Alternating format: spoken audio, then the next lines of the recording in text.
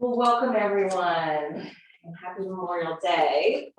I am glad that you guys are here and that you're wanting some yoga this morning. I will say though, sometimes on a holiday, I'll do 2 classes back to back. I could not do that today because I have to go to Birmingham. So when I contacted Jen and said, hey, I can teach at least 1 class, she was like, well, what do you want to do? And I miss teaching Ashtanga. So I was like, I'm going to do Ashtanga. And, put a little spin on it. I always put a spin on Ashtanga because I either like to slow it down from its typical fast pace that Ashtanga goes, or I like to switch it up, mix it up at the end. And then I thought a really nice long meditation at the end of that practice, because it is a little bit more advanced. So some of you that are coming in from the gentle classes, or some of you that may be hearing that term Ashtanga for the first time, just know that Ashtanga is generally pretty regimented and it's a certain sequence. It's done a certain way. And we start off with sun sounds. We then go into standing positions, we go into balancing poses, sitting positions, and then inversions. So just know that I realize there's all levels in this classroom today.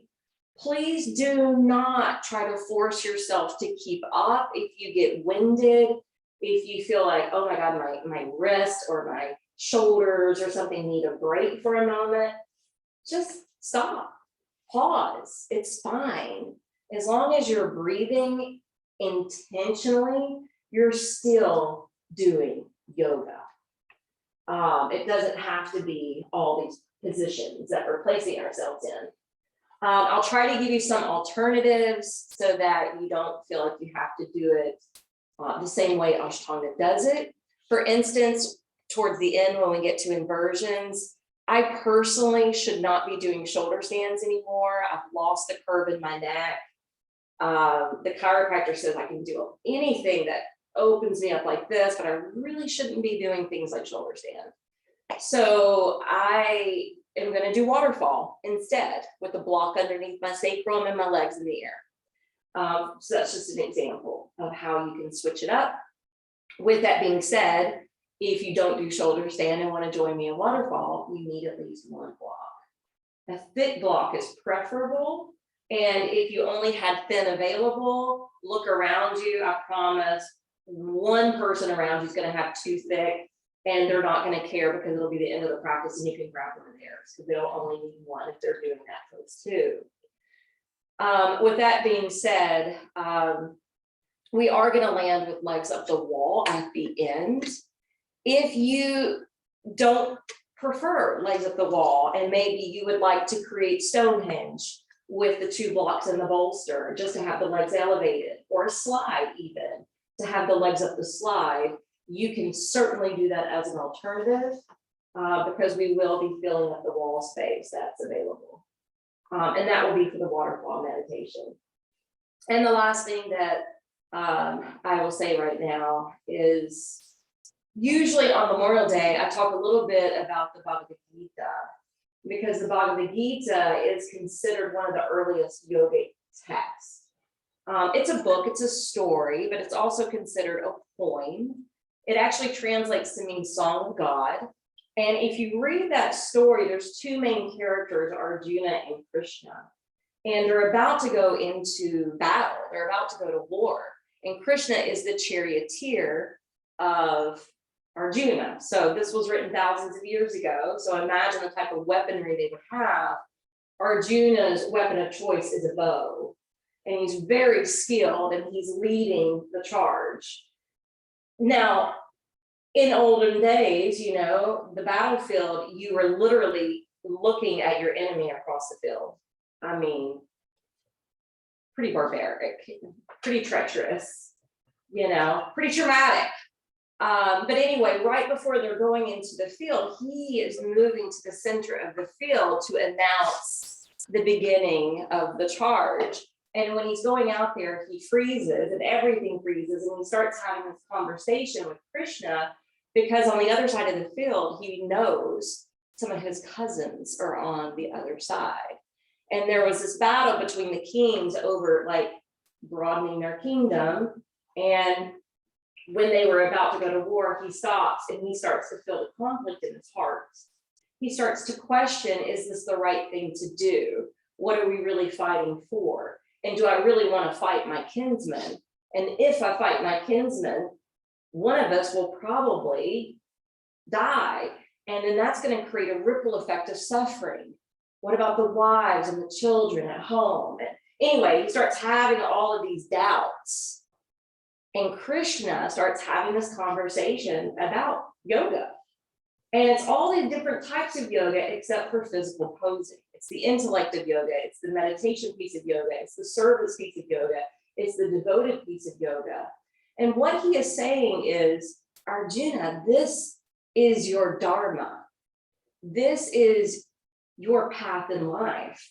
You are a warrior. You are the leader. And this is the right thing to do because sometimes you have to fight for what is right.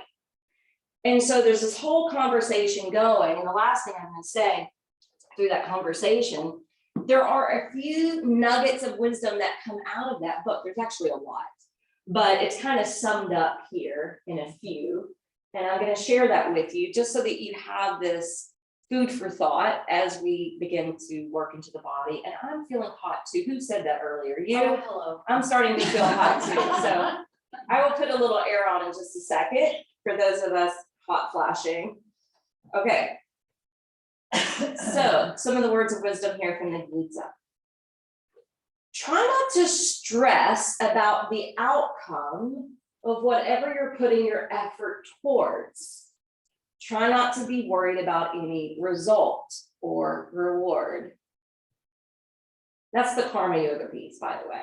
That's being of service and giving of yourself and not expecting anything in return. But it also goes back to yogic philosophy of let go of your expectations of what you expect. It's not always easy to do. We sum this up in yoga sometimes as do your best and leave the rest. And that will apply to the physical practice as well. Do your best with what you can do and leave the ones that you haven't struggled with, right? The second one, try to let go of all fear. Have no fear, and recognizing what the fears are.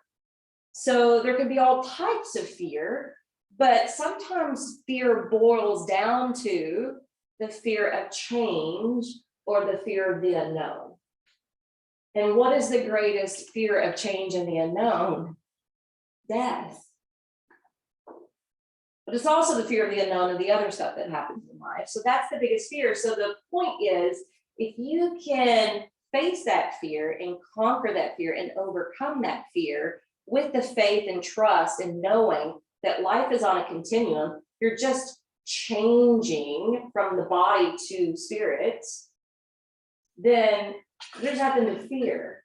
In fact, I got on a spiritual quest when I left my home at 18, went off to college because I had grown up in the Church of Christ and it was very strict conservative side of that. And, I needed a spiritual quest because I doubted a lot of things I was told, and my intuition was telling me, wait, what? I don't know if this is all correct. I need answers. And the first thing I started to do was research near-death experiences. And anybody that has that near-death experience where they've actually died and crossed over, gotten a little taste of that spiritual world, and then come back to their body, no one wanted to come back to their body. No one, not one, because they tasted a little bit of that complete ecstasy, complete bliss, complete peace, complete and utter unconditional love. They didn't want to come back to this. So if you are that person who fears it, I advise you research near-death experiences, hear those stories, and it will help to let go of that fear of crossing over. The third one is anger can mislead anyone because when we're angered, we're unable to see right from wrong. And not only that, but anger makes us react. and sometimes reacting in a way that we'll regret later because we're not really grounded or centered in who we truly are. And then we've spewed out the ugly shadow side of ourselves. And it's sometimes something we feel remorse about. So temper the anger. And one of the best things to do when you get angry is breathe. Breathe, breathe, breathe.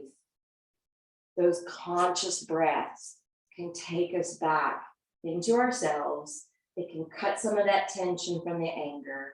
It can cool us down and reset our mind and get us off that whirlpool of emotion. All right, the next one is try not to doubt yourself. Believe in yourself. So I love that yoga helps us become more confident and empowered. If you've ever taken a break from your practice, you may notice that kind of starts to slip backwards, and then you come back to yoga and it's like, I got it back, you know? And again, yoga doesn't have to be strenuous exercise. It can be breath work, it can be meditation, it can be mindfulness practice daily. The next one is control your mind and emotions. That's kind of a given because our mind can get out of control. Since I was talking about Tina Turner's Buddhist exposure, helping her on her healing journey, in the Buddhist tradition, they say, look at your mind as being like a wild horse. And the way to take the reins of the horse and to learn to train it is through the breath. Okay, next one is have faith that everything's happening for a reason. And I think that goes back to trusting divine order, divine planning, and things unfolding as they should be. Sometimes that's hard because it's teaching us a lesson, but it is what it is.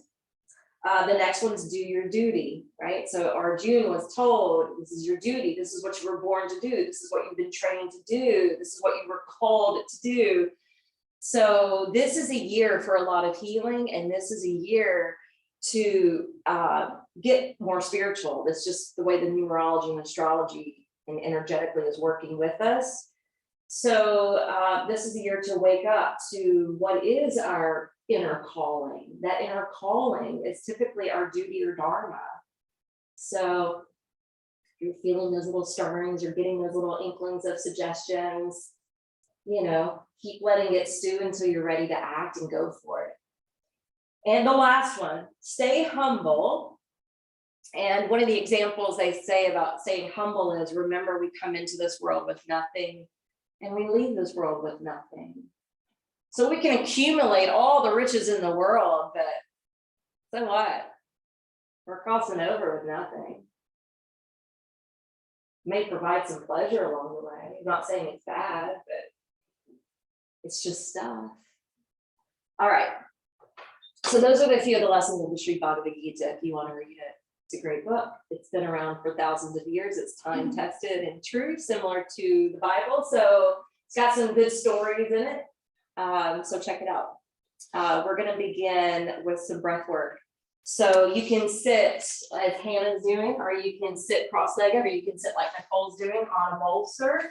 Something that's going to provide you some comfort and allow the spine to be erect.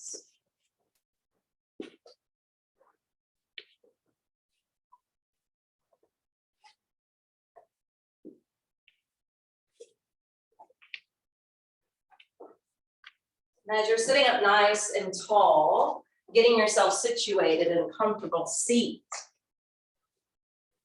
allow your palms to rest down on your lap. Close the lids of your eyes.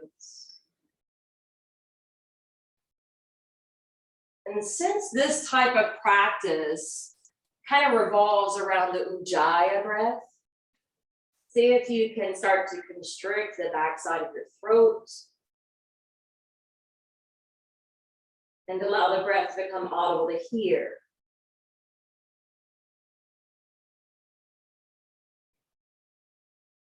It may not feel smooth at first,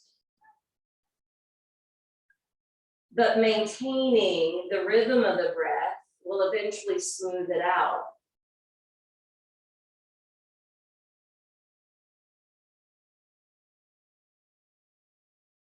I like to call this breath the song of the soul. It gives you something to meditate on, to listen to engage with. And this one pointed focus is what leads us towards a meditative state.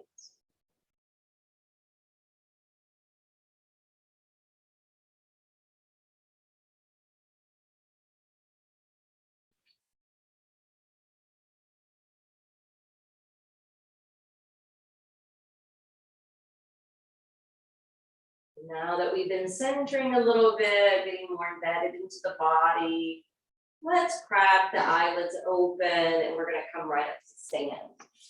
You want to clear your mat. If you have blocks that you may want to use, have one at the front side of the mat and one at the back side of the mat. With the sun sows, we're not going to be using the blocks, but you can have those in place for the standing positions later. So when you come to the top portion of your mat, just kind of rock back and forth from your heels to the balls of the feet, spreading the toes nice and wide. And then really apply pressure down through the four corners of the feet. Feel the ignition of muscles contracting and hugging close to the bone. Here comes the air. Hands to prayer position at your heart. And then reactivate that pranayama, that breath control, creating the symphony of sound in the room. And then open up your eyes. Inhale, circle the arms all the way up overhead. And then as you exhale, come down into your Uttanasana, your standing forward fold. Don't be surprised by your hamstrings, but we're going to move on. Inhale, slide your hands up the leg bones, lengthen out through the spine. And as you exhale, plant your palms, step it back, so plank, and roll it down to chaturanga. You're totally fine. Yeah, you're good. Inhale to upward facing dog. Exhale to downward facing dog. So apply that pressure now through the mounds of the hands instead of your wrists. So you're pressing through the base knuckles of the fingers, dialing the hands slightly away from each other, extending long through your arms and back. And it's okay if the knees are bent right now. But you do want to press through the balls of the feet and send the sits bones even higher. Listen to your breath. And on your next inhale, bring the feet to the top of the mat. Lift halfway up, Ardha Uttanasana, and then exhale, roll that down. Inhale, coming all the way up to the top.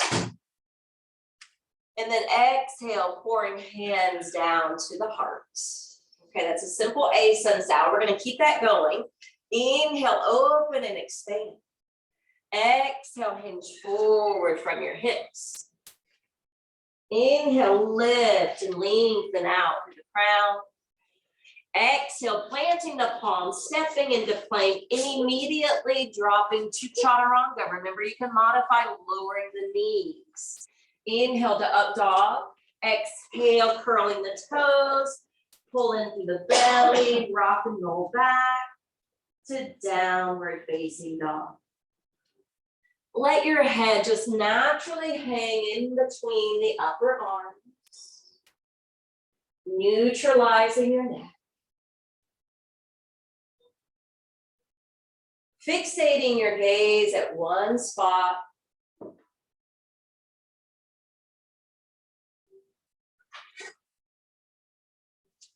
Inhale, bringing the feet to the top of the mat. You can meditationally walk, lunge, or float the feet together to Ardha Uttanasana. And then exhale, roll down, receiving in the face. Inhale, coming all the way back up to Urdhva Hastasana. And then exhale, Samasthiti. Beautiful. We're going to keep that going. Inhale. and exhale. Inhale, create some space. Exhale, you're lowering down and hovering if you can.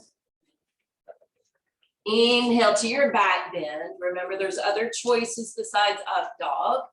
Exhale, roll back over the feet to downward facing dog. Hold and breathe.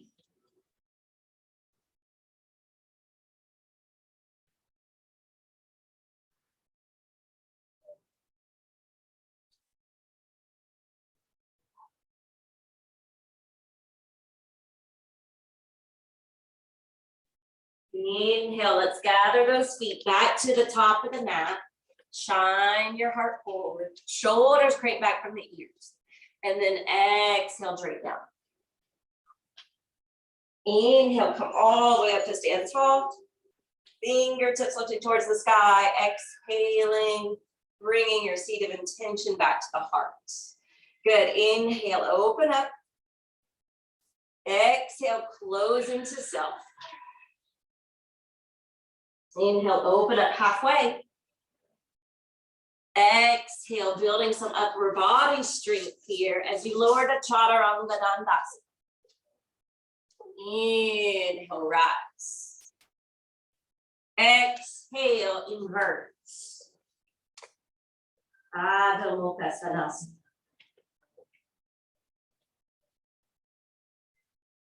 Keep the eyes peeled open. There are some practices where we close the eyes, like yin, restorative, and sometimes in blissful.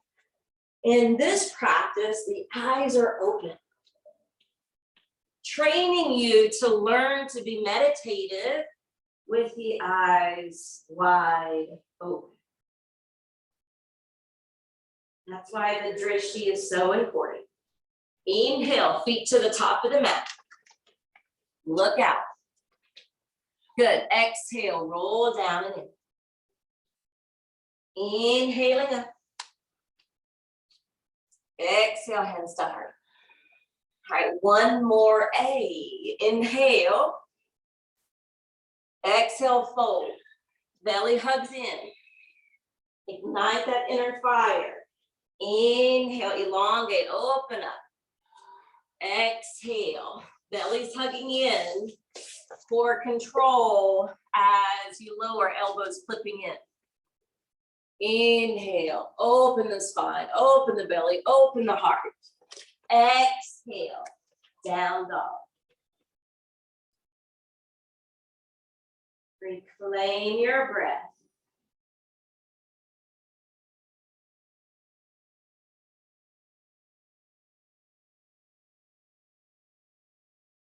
Love hearing the breath from you guys.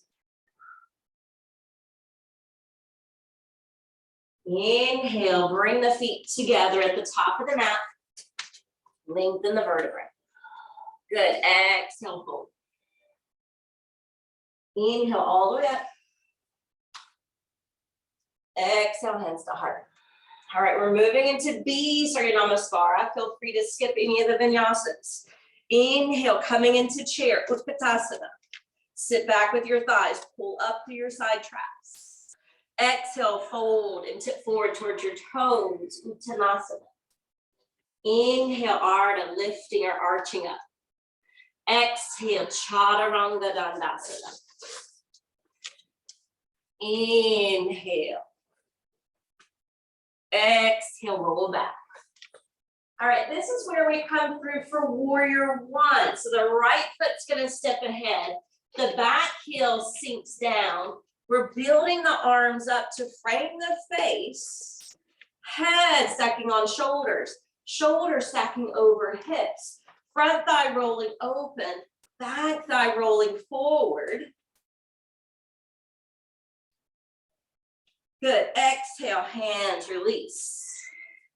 And vinyasa, or take child's pose. You can also hold down dog. The left foot will lead next, stepping through towards the hands, back heel settling down, firm that foundation, And when your feet are firmly pressing into the ground, bring it up. Warrior one. Palms facing each other or pinky swirling in a little extra if you want that movement in your shoulders and openness through the shoulder blades. Good. Exhale, release.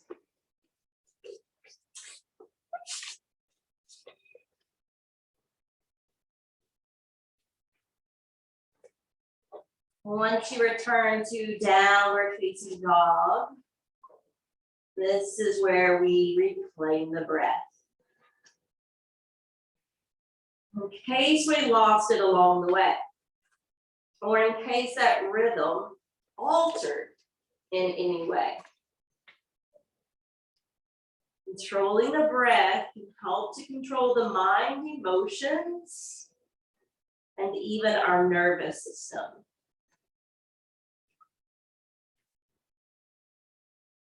Inhale, feet to top of the mat. Exhale, bow forward. Inhale, Utkatasana. Exhale, hands to prayer. All right, we got a couple more of those. So remember, take a break whenever you need to. Utkatasana chair. Exhale, over straight legs. Inhale, little pick me up. Exhale, chaturanga. So you don't have to bounce back like I just did. You can step through plank. And of course, usually in Ashtanga, we don't have a lot of expressive nature here, right foot steps through, but I don't mind if you add it in. So for instance, if you needed to lift a leg in down dog to get a little bit more momentum, to get the foot to the front, it's okay. If you want to lift a foot in chaturanga to build more strength, you can add that in as well. Hands down and flow.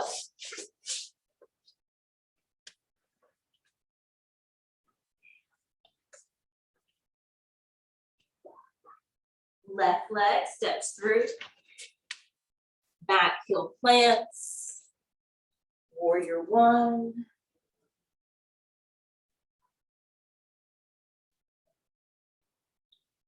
Exhale, hands down and flow.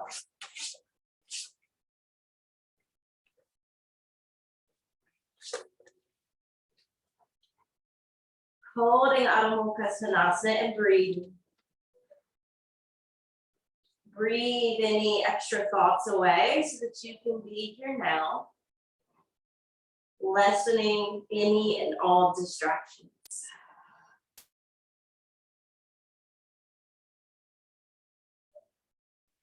Inhale, feet to the top of the mat, halfway lift. Exhale, lower. Inhale, Utkatasana. Exhale, Samasthiti. All right, there's usually 5 of these, but we're stopping at 3, okay? Inhale, Utkatasana. Exhale, tip forward. Inhale, little pick me up. Exhale, chaturanga. Feel free to pass through plank.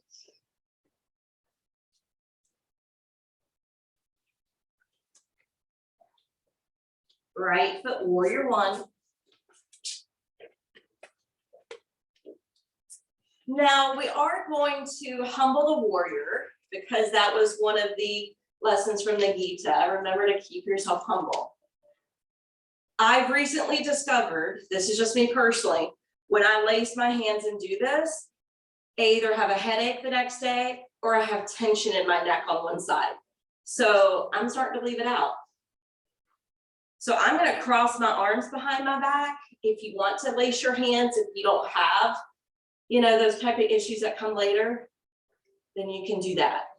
Open your chest and glue your back foot down.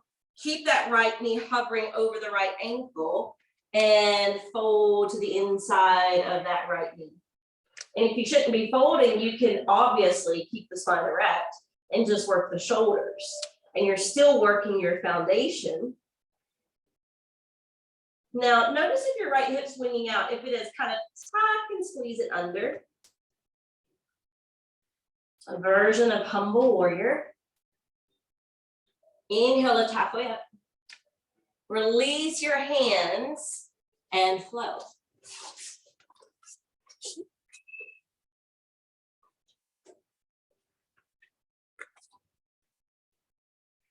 Left foot next. Virabhadrasana 1.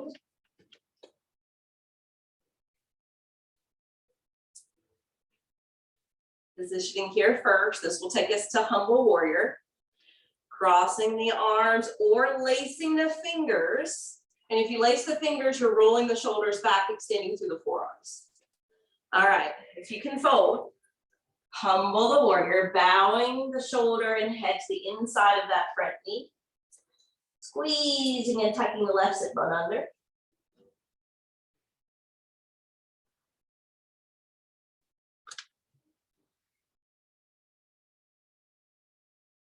In and halfway up. Out and lower the hands. In, step back. Out, drop low. In to up dog.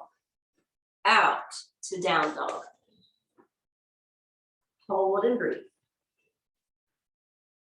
All right, so we're going to move on beyond the sun cells. Inhale, let's bring the feet to the top of the mat. Ending the same way, lifting halfway. Exhale, lower down. Inhale, knees bend, arms lift, Utkatasana.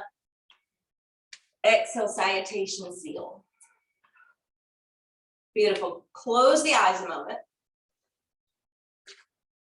This is how I'm making a little blissful with a little intermittent pause and adding in the affirmations. Salutations to the sun, to the awakening light within, to the dawning of a much higher state of consciousness in all beings. Hands to the hips. Hop the feet apart or step them apart if you don't like the hopping. It took me a while to embrace that. And then your hips shift forward, your shoulders roll back, your throat opens to look up.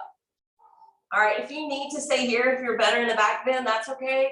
But here we fold and hinge from the hips and we loop the first 2 fingers around each big toe. We bow the head in. In fact, the chin is actually moving in a little bit more towards the chest and the elbows fan out.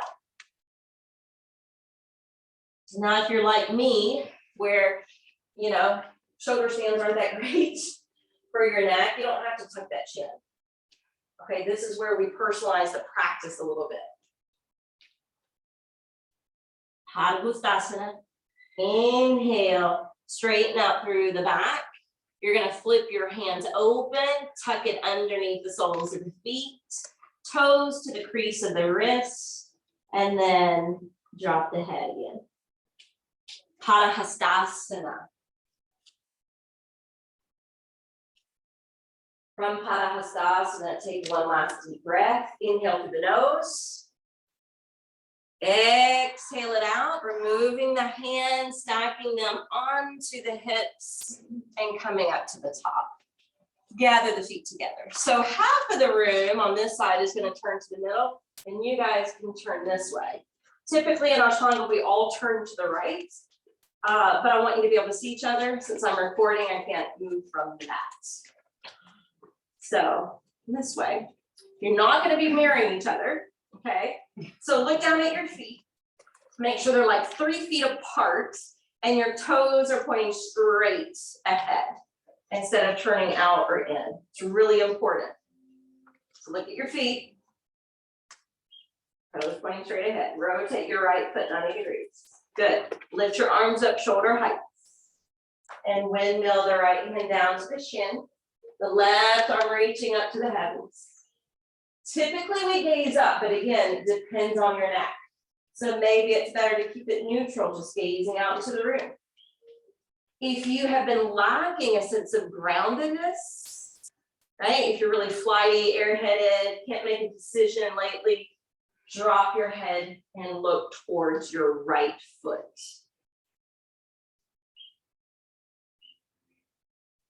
Fan the fingers wide on that top hand. And the more you press through the feet, notice the engagement through your knees.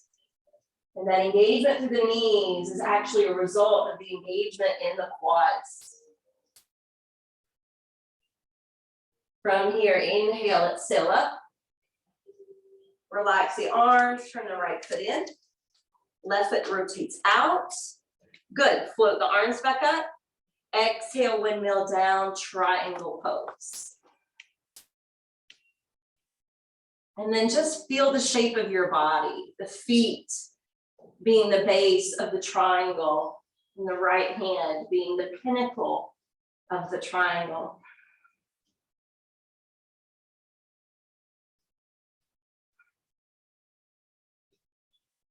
I know in these standing poses, the breath starts to get a little quieter, but see if you can maintain that Ujjayi breath.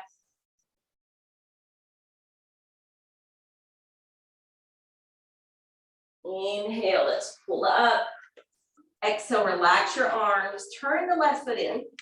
All right, watch me first, because otherwise you may be turning different directions. Your right foot's gonna turn, and then you're gonna offset your left foot so you can square the hips. Okay, so some of you will be facing the back of the room, some of you will be facing the front. It's all good. Those of you facing the back, Cindy knows what's up. She's in the pink, near the back door. Lift the left arm overhead. Exhale, you're gonna rotate to the right. Right hand can come to a block, to your leg or to the ground, and check in with your right shoulder, because sometimes we may need to rest it on the hip. Sometimes we have the freedom to lift the hand up. Twist through your belly, twist through your chest, and make sure your head's not drooping down. Keep the neck in line with the rest of the spine. I know this one's harder to do, a little trickier to maintain.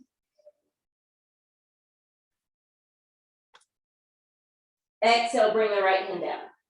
Put a little bend in that right knee. It may be easier to come up that way.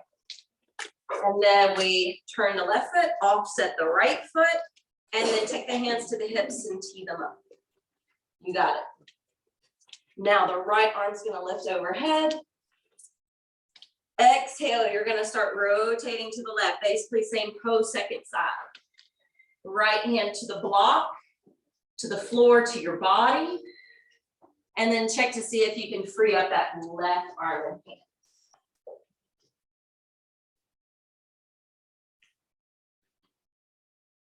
Stretch long through the spine, even though it's twisting, so that you're not concaving your chest or pulling the chin in towards the chest. You want space between the chin and the sternum.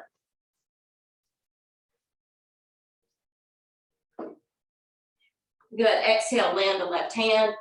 Try putting a little bend in that left knee, and it may be easier to come up. You got it.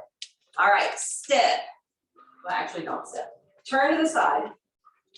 And we did offset the feet for that last pose. So now you just have to look down and imagine there's that imaginary line so that one foot is not ahead of the other. All right, once you're there, right foot's gonna rotate 90 degrees, lunge that knee, turn open from that hip, rest on top of it with the forearm. Take the left arm up and cross it over the ear. So I know a lot of us know like deeper variations of this. You can choose to take it or not. I usually keep it simple because we do more of the binding with the sitting positions. Plug that back foot down and reach out to the left fingertips and feel that line of energy just really opening up. Inhale, come back up to the top. Turn your right foot in at the same time and rotate your left foot out 90 degrees. You got it. Lunge that knee. We're going towards side angle, Parshvottanasana. Rest the elbow to the knee, right arm reaching up. And then I like to turn that top hand, rolling the pinky down, turning the thumb up.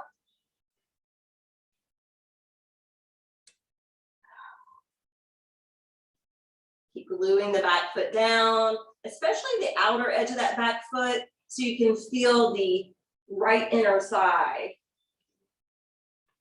Fire up. Good. Inhale, bring yourself back. Turn your left foot, lower the hands. All right, I change it up from Ashtanga because I usually plant the back heel for this. That has never felt good to my knees, and I really want to protect my knees. So I just choose not to do it. Okay, so my right foot's going to turn. I lift the back heel, and we're twisting to the right. So again, some of you will face the back of the room. Some of you will be facing the front of the room. Those of you on this first round, just follow Cindy's lead.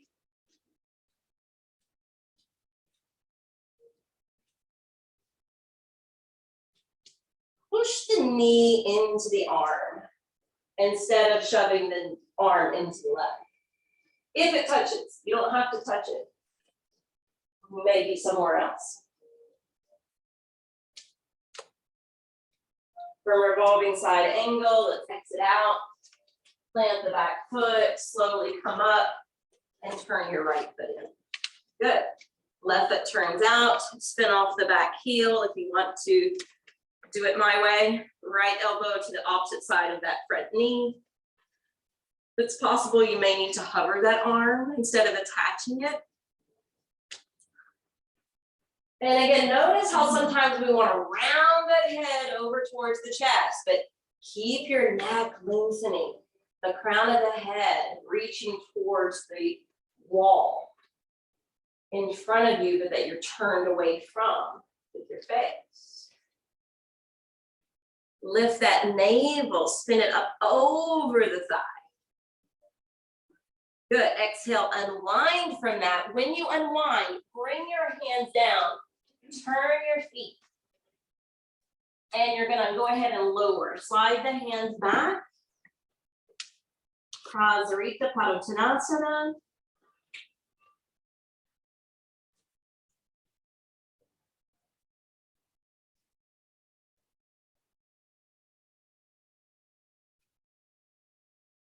And it's really easy as women to be here and just kind of dropping into it. But are you utilizing your feet? Are you really engaging your leg muscles and not just stretching the hamstrings? The front of the leg should be engaged as well. Walk the fingertips forward, lengthen out through the spine. Even out that blood flow here where your head's in line with your heart or slightly higher. Now bring your hands to your hips, push the feet firmly into the floor to climb up. All right, we're gonna roll the shoulders back. And when we roll the shoulders back, the elbows lean back as well. Now, monitor what you're doing in your pelvis. In other words, you don't want to tuck the tailbone and shift the hips forward. Keep the pelvis neutral. All right, we're going to try to keep the shoulders back, the elbows squeezing as we tip forward again. And if you need to stay up, that's okay too. Maybe you just want to isolate the work in your shoulders and chest. Prasarita Padottanasana B.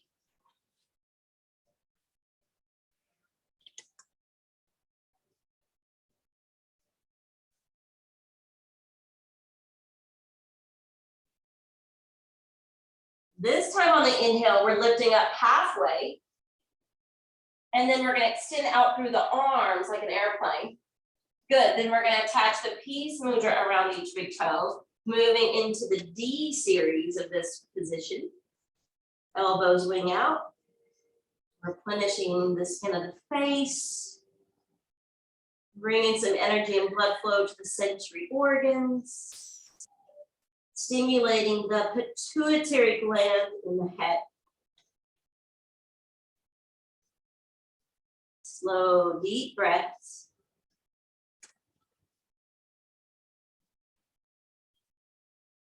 All right, bring the fingertips out in front below the shoulders, elongate the spine. We were inverted for a little bit, so even out that blood flow. This is where, again, the blissful part comes in, because usually it's pretty fast moving. Hands to the hips, press through the feet, charge into your legs, and slowly climb to the top. Good. Now, turn the foot that's going to be closest to the front wall. So for some of you, it'll be right, for some of you, left. Thank you. Yes, and then just step up to the front. All right, from here, we're going to keep facing this direction, but we're going to step the left foot back. All right, we're going to bring the hands back to the hips, shoulders crank back like before. And so maybe this is how you're going to open your chest in this pose today. Maybe you want to switch it up and you want to try bringing prayer hands to your back, but notice the shoulders and elbows. You still want to crank them back, regardless if your wrists actually meet. So choose one of those options and then open the heart. Choose to stay here or begin to forward fold, gripping the feet into the mat. Slightly sending your left ribs over towards your right knee. That's going to level out the shoulders. Typically, we gaze towards the toes, Padyogram Drishti. Remember how we kind of tucked the right sit bone in with Humble Warrior? Do the same thing here with Pyramid.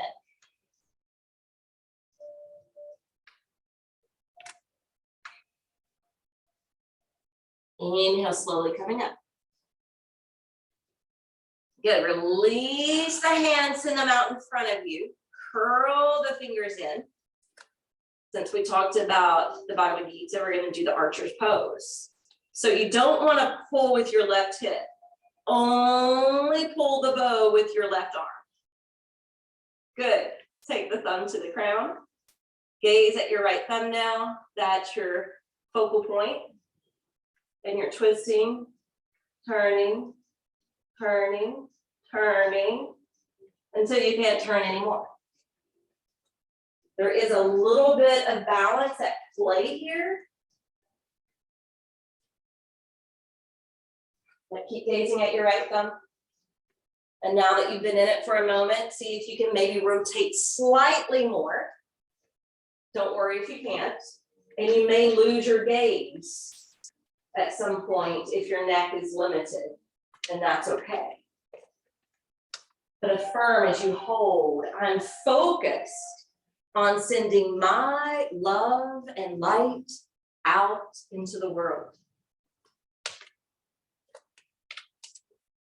Good, when you're ready. Keep your gaze at your thumb, keep your gaze at your thumb, and revolve out. Unwinding. Once you get back in front, arms down, step up, right foot back. How are we doing? Okay. Pyramid pose. Hands to the hips, shoulders, elbows back. You can choose to be here, or again, you can take reverse prayer hands. So maybe your fingers only come together at first, but if you wiggle them upstream, the thumbs may or may not meet. But then you want to open up those wings. Okay. Puff up the chest, gaze up. Maybe you need to stay here. Otherwise, right rib slightly turning towards the left knee as you slowly, slowly and deliberately descend. Tucking the left hip in. Intense side stretch pose, Parvottanasana.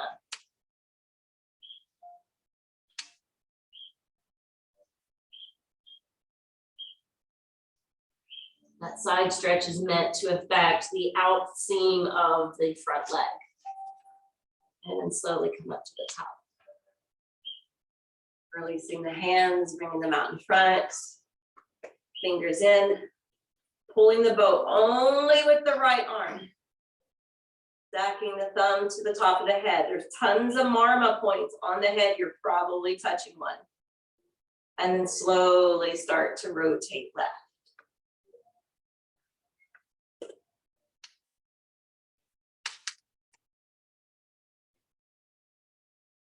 Find your edge here. And before I use the affirmation, I'm going to share a couple years ago, this person went on this rampage about, oh, it was right before the pandemic, actually. And it was somebody in the yoga community saying, I'm so sick of hearing people talk about love and light, love and light, love and light.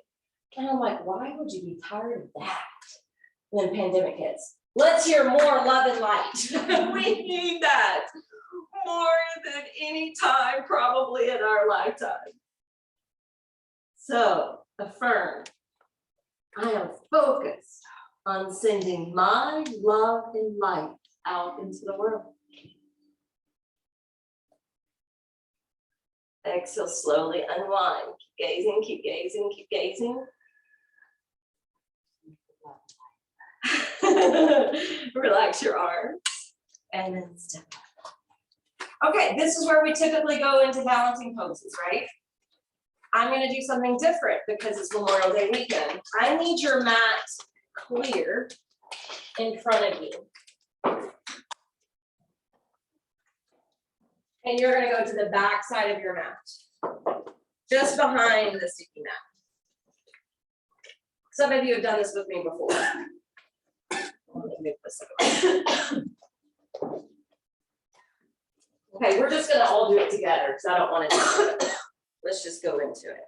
Okay, so we're going to shift the weight onto the left leg, hands to prayer, and we're going to pick up the right knee. Padagustasana A, or a similar variation of it. Try not to take the tailbone. Keep your left thigh going back, your pelvis neutral. All right, inhale, Padagustasana D. We're extending the leg out. Hold, breathe, and then step forward, giant step. Lift the arms up. Crescent. So believe it or not, I learned this flow from an Iyengaran teacher. Usually there's not a lot of flows in that style. But it reminded me of the kind of marching factor. All right, we're gonna hinge forward. We're gonna pick up the back foot, flex that ankle, warrior 3. Hands to heart. Left knee lifts. Shoulders spill from the ears. Inhale, Padagustasana D.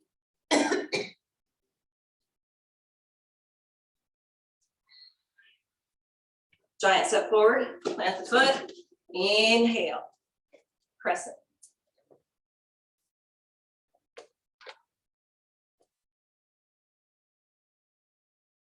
And I'm gonna let you fold, Nicole. I'm gonna modify. So I'm doing the modification. You don't have to hinge and be parallel to the floor. You can be in a diagonal line. Good, hands to heart, lower the right foot. And we're gonna turn around. And you're gonna do it again. First time's like just getting familiar, getting a little taste. Second time, familiarity usually helps with mastering. All right, ground your right foot. We'll switch it up. Left knee lifts.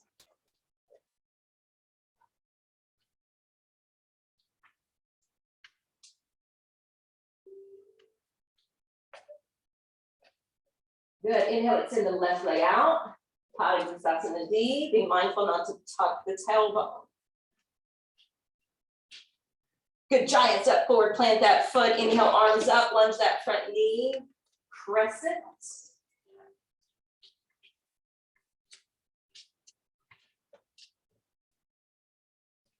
Good, when you're ready, hinge forward, take your version of warrior 3. That's great for now.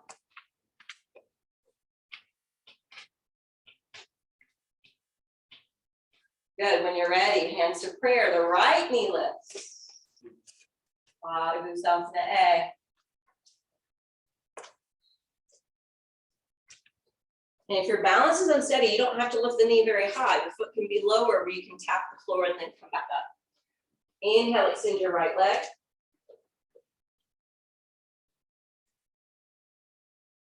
Good, giant step forward, plant that foot. Inhale, arm circle up. Crescent.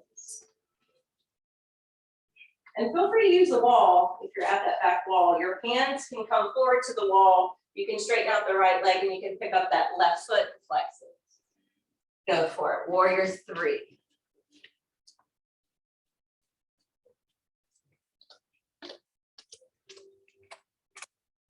That's okay. Yeah, see, it's very helpful, right? When you're ready, let's land that left foot, bring the hands to the heart, spin back around and face the front, and then we'll work it back, okay?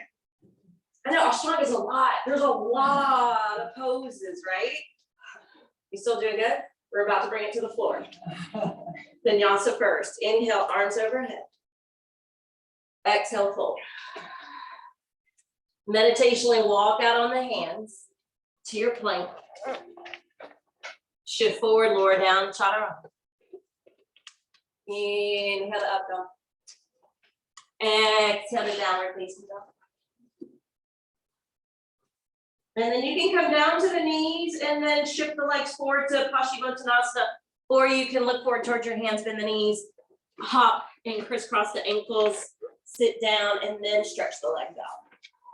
So however is safe for you to come down, basically. All right, so from here, I don't know everyone's body's in here, and you may be potentially on the backside of your sits bones. And if that's the case, let's just everyone do this. Grab the flesh of the buttocks, pull it out so you find that you're on top or slightly forward of your sit bones. Or do what Heather's doing, sit on the edge of a blanket. Flex the ankles open. And exhale, fold forward. So I want you to know, even just doing this with your legs powerfully engaged and arms up, this is a great pose. So I'm going to do this one, but you guys can go ahead and fold forward if you want that forward fold. Because sometimes it's just nice to do this too.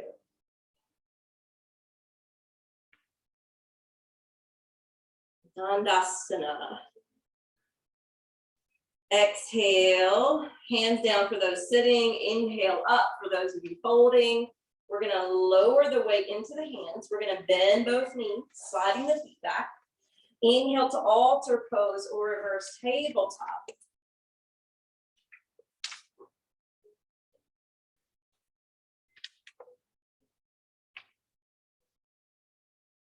Should feel good after those chaturangas. And then sink back down to your seat. Keep the right knee bent, but we're going to stretch the left leg out. Okay, this is where we start binding the arms. Don't worry about getting a strap. Don't worry if the hands meet or not. You're still getting the benefits, okay? Regardless. Lift your right arm and bring it to the inside of the right knee. And then this is where we turn the thumb down, then out and up, right? It's like someone's twisting our arm. And then it wraps in front of the knee. And just do the best you can. Left arm lengthens. That's going to help to lengthen our back because this limb's attached. And then circle that hand behind. And the back of the hand can rest somewhere on your body, or maybe the fingers can grip together. Again, don't worry if they meet or not. So you're in it. You are already in it. However, if you're looking out towards the foot and you have it in the realm of possibility to bow, you can lower your torso. Now you can gaze out towards the foot, or you can lower the head down towards the knee. This is one of those somewhat awkward poses.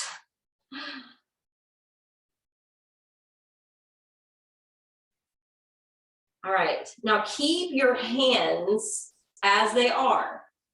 whether they're together or not. Doesn't matter because they can be apart and you can still do this lift. You're coming back to your sits bones, you're flexing and floating the foot, carrying it with. So I'm purposely doing it without my hands together so you can see it's possible.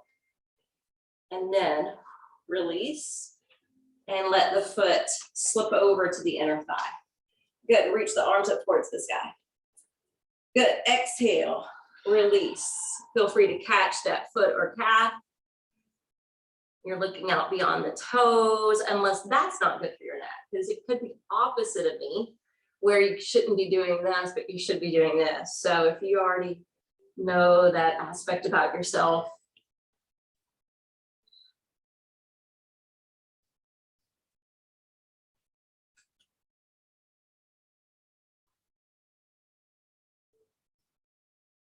so the affirmation here is left and right and all around life's harmonies are mine.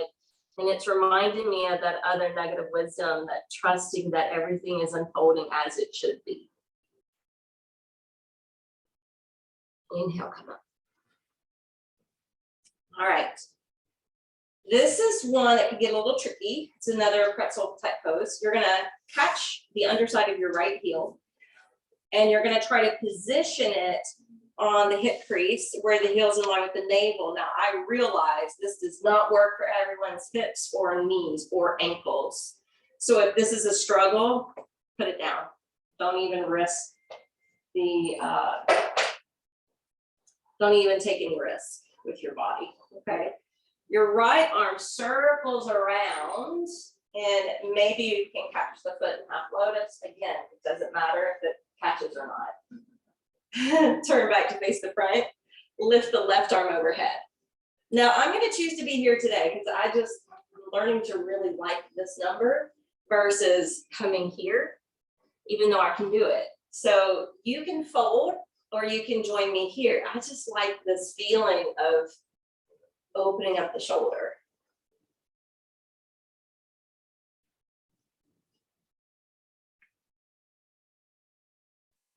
And notice your left foot. Make sure the toes are turned up. You're on the center of that left heel and you're pushing down through that left thigh bone. All right, inhale up. Exhale, let's release that. It's big, right? And then lift the right knee.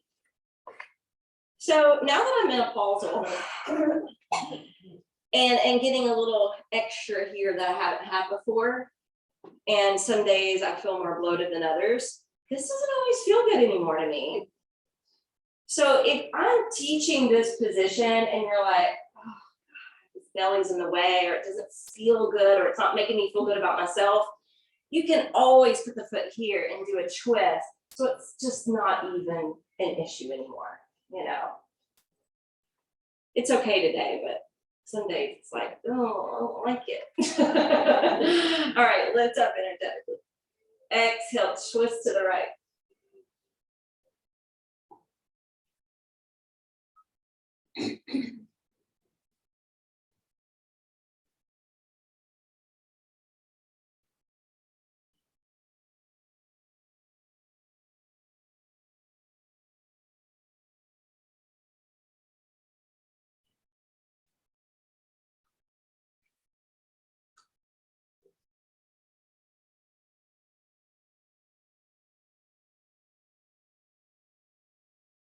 All right, inhale, lift up, exhale, unwind. Straighten that right leg. Then the left knee. We got that whole sequence. The left arm reaches to the inside. And then it's like someone's twisting your arm. I know it's not a good thing to say, but I mean, I don't know how else to describe it because you're turning the hand. It's twisting. Right arm circles around behind the back. Again, it doesn't matter if the hands meet or not. So, Stacy, it's okay because I know you can't see me. I know. Yeah, you can't see me. So your foot's going to be here. Oh, yeah, that's okay. Oh, it's okay. And then we're a little space actually in between this place. I know this is new for you. Twist. Uh-huh.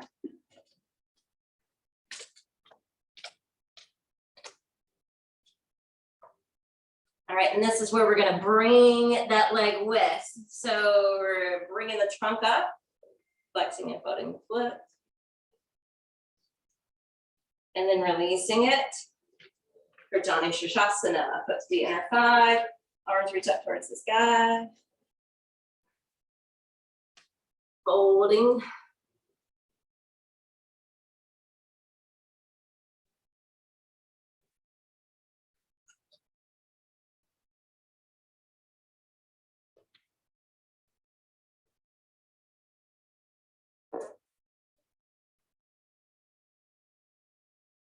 Inhale, coming up. And this is where we scoop up underneath that left foot and we're just trying and testing the waters on this side.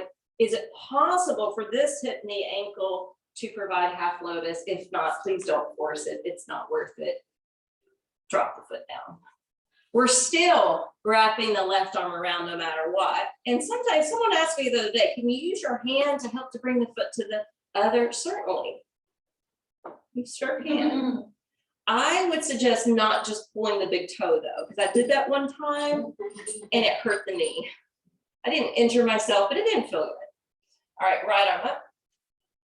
And then of course, if you want to fold, you can. I'm going to enjoy just the shoulder work here. And then you still, regardless if you're folding or not, center of the right heel, toes lifted and spread, thigh pushing down. And breathe, of course. I like seeing the variance in the room. It shows me that you're really listening and tuning into your body. All right, inhale for those of you folding, come up, and then exhale for everyone. So release that back arm, lift that knee, plant that foot. Again, each side different, just so you could do it one way with the knee up. It doesn't mean you're going to want it this way on the second side. You may want the open twist.